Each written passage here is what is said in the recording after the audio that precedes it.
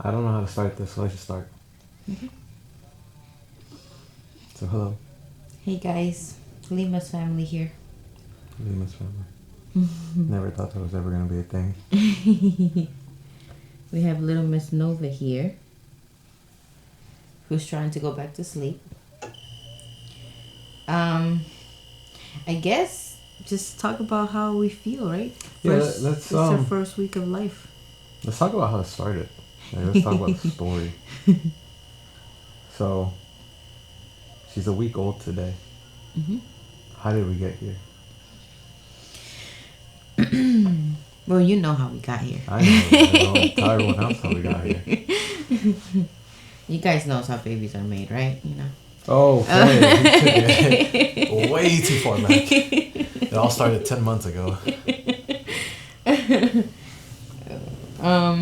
So we went to our doctor's appointment Thursday of last week. And we thought it was gonna be a regular appointment. We knew we had some concerns, because Mama was contracting, but we weren't making any progress when it came to active labor. So yeah, we were shocked when we were like, okay, well, C-section. How about tomorrow? Which fell on Friday, August 22nd. Mm-hmm. So we came home that day. So that was Thursday, August 21st. We came home that day. We had a conversation with our 6-year-old. We explained everything. We got everything ready. Hospital bags were technically already packed, but we had to get mentally ready. Well, wait, you're going a little too fast. Mm-hmm. I feel like when they told us, Mm-hmm. on our Thursday appointment, they told us C-section tomorrow. It was a big shock. Yeah, I cried. You cried, I cried. We both cried. Yeah, we were in shock, for sure. It took a few minutes to process. You don't really go into a doctor's appointment and then expect to be told that, hey, tomorrow you're going to meet your baby. Yeah, I think that's the most eerie feeling of it all. Because, you know, like in the movies, you get so used to like, oh my God, my water broke. Yeah, that's... Oh my God, like... We still have never had that my water broke moment. No. And we won't. But we've had... You guys got to go to the hospital Yeah. immediately. Twice now. So technically, it's still a surprise. Mm-hmm. Technically. That was our water breaking. That was our water breaking, yeah. Yeah, we got told that we had to get a C-section. Well, we got scheduled in to have a C-section the next day, which was very dramatic. Dramatic, more than anything. I want to say traumatic. I think for me, The trauma. a little bit more trauma because I have PTSD from our first son, which was actually a very traumatic labor. But this time around, I think that not only we knew kind of how things were going to go, but more importantly, my husband was like full on support from the very beginning. We tried to get it on camera. I don't know. We got a little bit. We have pieces probably, but our camera wasn't working properly that day. Or maybe the emotions were too high. I'll see if I can find something of... I think it's just us crying. Yeah. Which is honestly, how do you react? I don't think there's a right or wrong way to react. No. You know, like, you're being told you're about to meet this whole human being. No, and as parents, you go from, all right, this is it. Like, we've been practicing, we've been getting ready. 9 months from going from one child to 2 children now, and it's kind of like, okay, it's really happening. Like, it's about to happen. But it's kind of like, I don't know if any other person feels the same way, but it's kind of like, yeah, you're mentally preparing because obviously, as a mom, right? Your belly's growing and all the things. But knowing that they'll be here and it's no longer, I guess, like a statement like, oh, she's pregnant. You know what I mean? It's kind of like a physical thing. Like, oh, snap. Like, this is really about to happen. Like, we can't go back. It's not like the baby can go back once it's in the belly, but still. Return. I want to return this baby. But more so it's kind of like, okay. Yeah. Yeah, no, for sure. So we got the news. Mm-hmm. We took a second and we kind of processed. I think it was more than a second. Yeah, we took a minute and we processed. And then we decided we're going to do things smart way. We planned everything out. Mm-hmm. We got our son ready. We literally sat him down and got him emotionally, mentally, and physically prepared for the weekend since it was a Friday, we were expecting to be there, until Monday? We were expecting to be there until Monday, Yeah. for sure. More importantly, because we've always been the type of couple that prepares for the worst and kind of hopes for the best. Mm-hmm. That's kind of literally what our lingo always has yeah. been. So always- we were like, let's prepare everything for Noah to be okay until Monday, worst case scenario. And he took it pretty well. He's a pretty mature kid. Yeah, he's very, like, he processed everything very logically. Very quickly, Yeah, I it would was say. kind of like, when did you grow up type of moment. Yeah, for sure. I was honestly shocked. So, yeah. So Friday. So Friday comes. First and foremost, for a lot of moms that don't know, because it was a shocker to me, Mm-hmm. because this is obviously the first time that is a scheduled C-section. I couldn't eat anything Yeah, that was weird. You had or a scheduled drink anything. C-section. We had to be there at 10 a.m. It was scheduled for 12. We got the news of the C-section at 2:30 p.m. Thursday, and you couldn't eat past midnight as a pregnant woman, or drink anything. Or drink anything. I Either think drink. the biggest thing for me was like not even drink anything. I was so thirsty and I felt so dehydrated I and felt so bad for you. stressed. I literally tried my best not to eat or drink around you because I felt so bad. I was like, this is horrible. But our son had to eat that morning for school, so I'm like, I usually eat his scraps. My schedule is so That- output. I think scheduling a C-section is weird for that, especially. I mean, I understand, but at the same time, it's kind of like, why? But I mean, I'm not a doctor. I mean, at the hospital with Noah, at least I got ice chips. Yeah, you got to chew on ice. Yeah, but this time around it was like dry. Well, it was a different scenario. This was planned. That was emergency. Yeah, but so we get to the hospital. Mm-hmm. Here I'm thinking we're gonna have time to film in between, like No, that do was- a couple no. of things for you guys and stuff. No, not at all. We literally, you know how they're doing the whole TikTok thing and catching the dad's first walk into the hospital and then walking back out with the baby. I was like, oh, that's such a cute thing. I'm gonna do it. Such a fairy tale social media thing, right? How do they do it? I have no idea. I don't understand how these social. These Listen. influencers. Yes, how do they Yeah. find this microseconds in time, right, in between all these things happening, and think I'm gonna film content? I think that's one of the biggest things for me personally that has been hard to understand. So It's a full-time job. I give it out to the influencers out there. It is a full-time job. As someone who is trying to constantly record stuff and post stuff online and just create a social media platform for myself, it is hard to schedule out your life, go through your life, especially as someone who's not doing it full-time. I have a full-time job. I'm Yeah. with that, and part-time doing filming. It's very hard. I'm not gonna lie. So it's kind of like it has to be in the back of your mind at every single second It's- of your yeah. day. It's consuming. It has to be consuming for sure. So yeah, we get to the hospital Friday morning, actually. Friday morning. Our son has to go to school. He got him ready for school. He's amazing. He got him ready for school. It was weird because it was our last goodbyes in that moment as well. And he had to get on the bus. So we were like, ooh, it helped. Mm-hmm. I think it helped the shock of it all. But in a way, it was kind of like, man, I didn't get to have like a sweet moment. It was kind of like rushing, Mm-hmm. getting things out. So he got on the bus.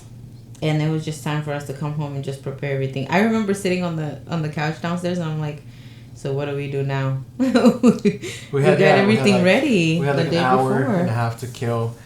It was I just kind of starving. you were starving. I was just watching you starve. I'm starving with you.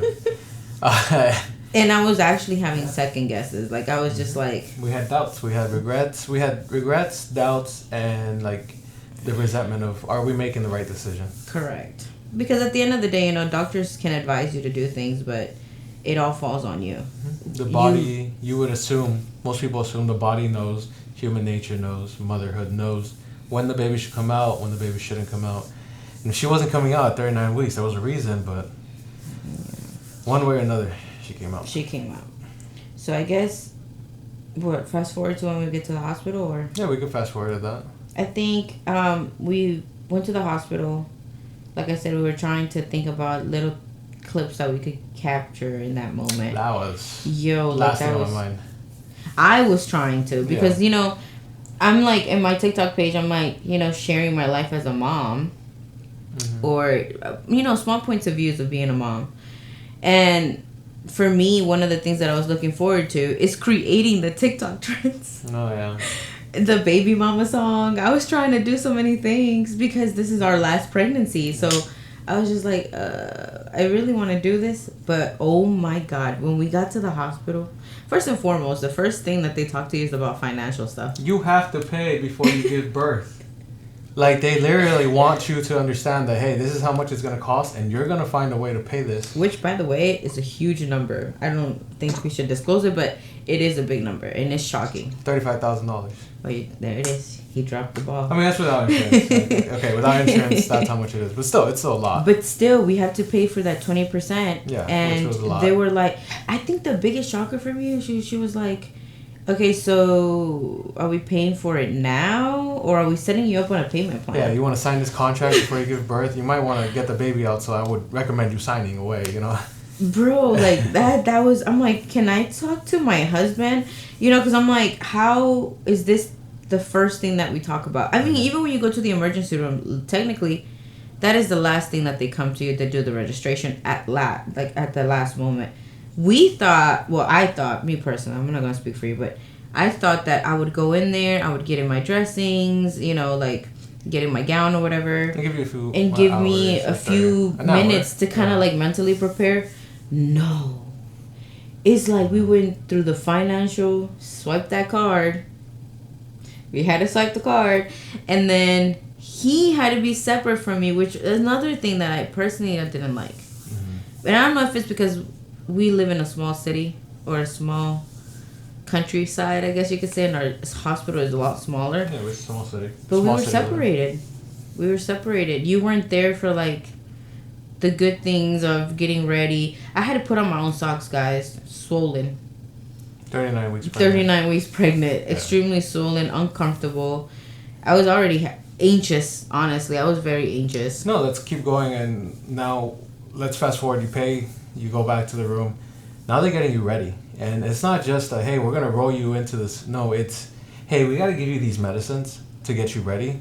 We have to give you this to, just in case your body shuts down. So much information. You have to sign your documents to know that, like, hey, if you're about to die, we have the permission to give you blood from this other person. It's a lot. I'm not going to lie to you guys. You would think this day, the day we're going to meet our daughter, it's just like the most loveliest day in the world. And don't get me wrong, it was. But there's so much leading up to it that kind of like stresses you out as parents, that stresses you out as far as like, are we making the right decision? You hear all the bad things that could possibly happen first. And before being rolled out, which is crazy. Understand, but I want you, like anyone who works in the medical field, understand that. I'm sure you guys do too, that when you hear what's the worst possible thing that could happen, you start second guessing if you even want to go through this anymore. At all. Yeah. So. And he wasn't. I'm thankful that they brought you back. Yeah. For part of it. Mm-hmm. But the first part, I'm not going to lie, I was kind of dissociating. Mm-hmm. Because it's so much information. And you already know kind of like, this is an actual surgery. C-sections are actual surgery, guys. It's not like, I know it's a common thing. Like, you're so common to hearing, oh, she had a C-section. But it's real big. It's a real big surgery. They move a lot of things. They go through 7 layers of your skin. So it's huge. And so obviously with even a wisdom tooth removal, you could die. Yeah, pulling your teeth out. So they're explaining all of this to you. Oh, you could bleed out. You could do this. You could do it. I'm just like, oh my God. And meanwhile, they're putting a needle in my vein. They're prepping me with a whole bunch of meds. There's stinks. Oh my God. It was chaotic. So they hook her up. They have her in the bed. They have all the pills and all the documents signed, and they separate us. They have to go back to the emergency room first with you, while I am left by myself for a minute, and they get you situated. Yes, so you're in the operating room. Yeah. And I am just waiting to be called back. I have to put on my little sterilized suit, which is again another weird thing. You don't want to meet your daughter dressed and all. Larry had a beard, a hat cap, a mask. You did? Yeah, I had like a full body. I had booties on my shoes. Like I was like, this is not how I wanted to meet my daughter. Yeah, like you were gonna operate on me. I hate, beggars can't be choosers. No. So I was just happy to see her and be there. but it wasn't ideal. I'm not gonna lie to you. And I think for the moms, right? I have to ask the question: what goes through your mind when you are in isolated and you're getting ready as well? So the whole time, I know you were going through kind of like this fear, this shock, this kind of like, am I making the right decision? Mm-hmm. For us dads, I mean, I'm gonna speak for myself, but I think for me, it was more so of like, hey, I have to fake it till you make it. I have to fake it until you make it. Yeah. Because I'm not the one that's going underneath the knife. I'm not the one who's getting a needle shoved in her spine or a baby ripped out of her stomach, you know? Yeah. That's basically what's happening that whole time, and I am just there as a bystander watching. But do you invalidate yourself, your other feelings in that moment? You just suppress I'm them? scared for you, Mm-hmm. but at the same time, I need to be strong for you. So the whole time, I was trying to just give you words of encouragement, words of comfort, to make you like feel like, okay, it's yeah, okay. but when you're getting ready for the OR, it's you and yourself. Yeah, I was scared shitless, I'm not gonna lie. I was really scared at that moment. But what goes through your mind? I was like, what could go wrong? You know, let's just hope for the best. I was telling you to hope for the best, but in the back of my head, I was... Yeah, you're thinking of all Yeah, the negatives, correct. all the negatives that we hear and they tell us. So you come in the room, which, by the way, they don't... He's not there for the... What is it called? The Jesus Christ. The numbing medication. What is it called? Epidural. The epidural. Yeah. He's not there for that. Mm-mm. It's a whole bunch of nurses. It's a whole bunch of people trying to get you ready. And for anyone who doesn't know, how do you put an epidural inside a pregnant woman? So they go literally... It's just called a spine tap. They literally have to... I literally felt her counting my spine and finding the pressure point, the right pressure point in your spine where it connects to both of your legs. It sounds nasty. Sorry. The needle's about this long. You guys can look it up. It's about this long. And they put like a little numbing, I think it's like a numbing cream or something, or like a numbing shot at first, but you feel it. Guys, you actually feel it. I was telling them, I feel it on my right. Like, I feel it on my right. They're like, oh, okay, we'll readjust. And I can feel the needle adjusting in my lower spine. That's horrible. As it's going in. Yeah. So she's going through all of that while I'm just in a room sitting. When I go into the operating room, I'm going to try to find a little snippet of it. Mm-hmm. But it's literally like she's laying down like crucified to a table. I'm not going to lie to you. She's basically like crucified to a table. Because they tie your arms down so you don't panic. And they have this wall, this little like, not wall, it's like a tarp. They have a tarp between like her neck. So I can't see anything. So she can't see anything. I can still communicate to her, and the doctors can freely, operate. No one has to see anything. I think they do that so the mother can be aware for when the baby comes, because some people, they have to go to sleep, right? Yeah, that's one of the things that they tell you. She's like, if this spinal tap does not work, you're going to sleep. Yeah. So as a mom, even though your body's in shock, because it's a natural response of the body to be in shock. For me, I shake a lot. So she was trying to get me to calm down. And I'm very hypersensitive with my body. I can feel everything on my body. So they were telling me, okay, if the spinal tap doesn't work, Mama, you're going to have to be put to sleep. No mother wants to hear that, because you don't want to be stolen of that moment when you're hearing your baby's first cry. So I'm glad it worked. But I think it's such a scary feeling, and I know it's not supposed to be this magical thing. When they're moving you and you are completely numb. Like, you feel like an extension of your body, but not really connected to your body. It's very weird.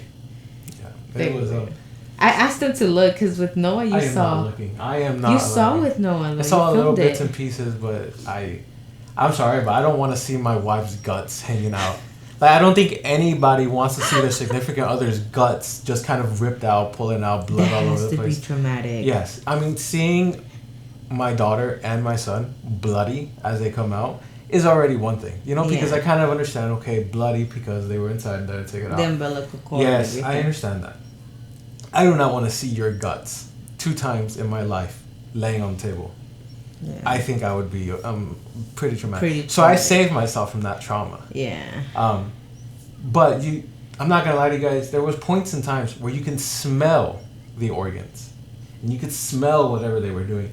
And that is not the pleasant smell. And it kind of. I still remember that smell. It gets stuck in your nose, and it's You'll never forget. You'll never forget it. Yeah. Yeah. So C-section, it's about a 20-minute process. I'm not gonna lie to you. Once they actually start, There is absolutely no way. I was- passed out a couple it's times. 20 minutes. It's 20 I minutes. recorded almost all of it. The total time of the recording was about 20 minutes. That is wild. So in 20 minutes, you went from being 39 weeks pregnant to a baby being cleaned up and them sewing you up. That's crazy. Modern medicine is Modern crazy. medicine, yeah. It's nowadays things are become more efficient. They become better, and yeah, it's So she was here. yeah. I think one of the most best things that I could say about this C-section is that I was not super numb, not dissociating to the point that I couldn't react. With Noah, that was one of my biggest things is I could not cry even if I wanted to. I felt the emotion. I felt the rush of seeing him for the first time, of hearing him cry, but my body was completely unresponsive. Yep. And with her, it was waterworks immediately. And Yeah, maybe you you- should insert the clip. I'm just like, just We crying. both cried a lot. But you were awesome. You did great. You She came stayed out away. screaming. She came out. She did great. Little baby, and then recovery starts. Then they start sewing you up, and we get separated yet again. But you stay with her. You get to stay with her. I have to go wait for you. Yeah. And recovery starts. So recovery was from Friday to Sunday, in the hospital. Mm-hmm. We entered the hospital Friday at 10:30. 10:30. And we left the hospital Sunday at Almost. 6 p.m. Yeah. So we were there for a while, but they just want to check you. They want to make sure everything's good, and it was a healthy recovery. You were great. Again, yeah, I think everyone's recovery is different. Yeah. Some people were. Cameron ended up dying. We don't know what the last thing was said, but we'll just wrap it up here. Pretty much, that was our Why experience. don't we just do a part one? It's a lot. Well, that's pretty Part much. one, that was pretty much the C-section. I Yeah, think that's we what I'm need to saying. Speak about the first week, maybe in part two. No, but I mean the part one was just. It was just this was our C-section. This Yeah. was our C-section baby, our second C-section baby now, and this was our experience Yeah. in our city. Every person is different, but if you are doing or experiencing or planning a C-section, just be aware of what you're getting into. I think it's more of a mental battle. It is a lot more of a mental battle. It's a mental battle at first, and then it becomes a physical recovery. Yes. And then if your mental is strong before, I think that your recovery can go a lot smoother. But if you go into it with negative mindset and technically like my sisters even say now like, oh, she's doing so well. Mm-hmm. I have an amazing partner. Your partner plays a lot into your recovery. He's a champ. We're making it work as best as we can. And I honestly think that we're kind of little bit of overachievers over here. He's doing great with our son. He's allowing me to take my time and focus and not pushing me too hard. I can't complain. You know, my recovery has been amazing because I have a great partner and I have a great family and backbone to support me. So we're doing good, and she's here. Happy 1 week anniversary, Nova, and that's it for this video. If you watched, thank you so much. Leave a comment. I don't know, subscribe. Never done this before. And if you like this setting, we keep doing it. I kind of like it. You like it? We'll see how. I like sitting and chatting. Sitting and chatting. All right, thanks, guys. All right, bye.